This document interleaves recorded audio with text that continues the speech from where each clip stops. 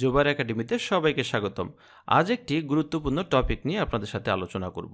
যদিও এই টপিকটি অনেকেই অবহেলা হিসাবে দেখে থাকেন, আর সেটি হলো ফেভ আইকন।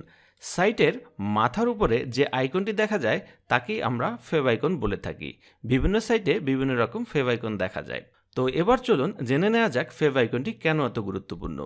আমরা যখন বিভিন্ন ডিভাইস থেকে, যেমন iPhone, iPad, Android phone, Microsoft phone, PC কিংবা ল্যাপটপ থেকে যখন কোনো ওয়েবসাইট ভিজিট করে থাকি, তখন প্রতিনিয়ত সে সকল ডিভাইস থেকে সার্ভারে রিকোয়েস্ট আসে এই ফেভ আইকন শো করানোর জন্য। আর সার্ভার বিজি থাকলে আপনার সাইট স্লো হয়ে যাওয়ার একটা পসিবিলিটি তৈরি হয়, আর সাইট স্লো থেকে র্যাঙ্ক হারানোরও সম্ভাবনা থাকে। আমরা সবাই জানি এই ফেভ আইকন সেট আপ করার জন্য ওয়ার্ডপ্রেস সাইটের কাস্টমাইজে ক্লিক করে সাইট আইডেন্টিটি থেকে একেবারে নিচের দিকে সাইট আইকন সেট করে দিলেই এই ফেভ আইকনটা সেট আপ হয়ে থাকে। তবে এখানে একটি প্রবলেম রয়েছে। এই ফেভ আইকনটি তখন সাইট ইঞ্চ থেকে পেলেও সার্ভার ইঞ্চ থেকেও খুঁজে পাওয়া যায় না। তো আজ চলুন দেখে নেওয়া যাক কীভাবে আমরা সার্ভারের মাধ্যমে এই ফেভ আইকনটি সেট আপ করতে পারি।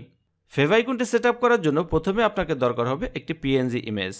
এটা আপনার পছন্দ মতো হতে পারে, আর এটার সাইজ হবে 512x512 পিক্সেল। এরপরে আমরা favicon.io নামে এই ওয়েবসাইটটি চলে যাব। এখান থেকে আমরা পিএনজি টু আইএসওতে ক্লিক করব। ক্লিক করার পরে আমরা এরকম একটা কনভার্টার উইন্ডো দেখতে পাবো। এখান থেকে আমরা জাস্ট এখানে drag and drop your file here or click here two upload এখানে ক্লিকও করতে পারি, অথবা যে কোনো ফেভ আইকন এখানে ড্র্যাগ অ্যান্ড ড্রপ করতে পারি। আমরা এখানে ক্লিক করে এটিকে আপলোড করার চেষ্টা করি। ক্লিক করার পরে আমাদের ইমেজটি যেখানে রয়েছে আমরা সেই ইমেজটি এখানে দেখিয়ে দেওয়ার চেষ্টা করি। আমাদের কাজ মোটামুটিভাবে শেষ। এবার আমরা ডাউনলোড বাটনে ক্লিক করে আমাদের ফেভ আইকনটি সেভ করে ফেলি। এবার চলুন বাকি কাজগুলো করার আগে আমরা দেখে নিই এই ফেভ আইকন ফোল্ডারের মধ্যে কী কী জিনিস রয়েছে। আমরা এক্সট্রাক্ট করে দেখতে পারলাম এখানে প্রায় 6টি সাইজের ফেভ আইকন তৈরি হয়েছে।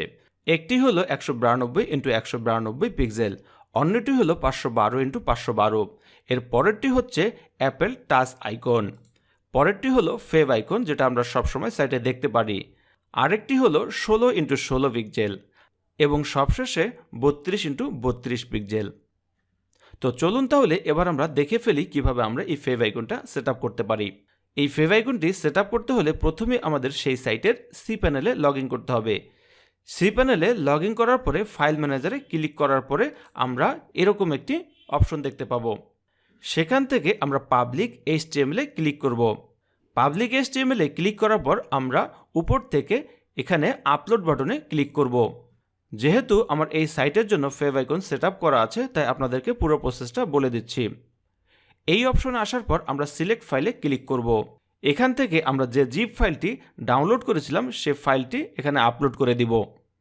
আপলোডের গ্রিন সিগন্যাল পাওয়ার পর আমরা গো টু হোমে ক্লিক করব। গো টু হোমে ক্লিক করার পর আমরা এই পেজে চলে আসব। এই পেজ থেকে আমরা খুঁজব আমরা যে ফাইলটা আপলোড করেছিলাম। এরকম একটা জিপ ফাইল আমরা দেখতে পাবো। এই জিপ ফাইলের উপর রাইট বাটন ক্লিক করে এক্সট্রাক্টে ক্লিক করে দিলেই আমাদের মূল কাজ শেষ।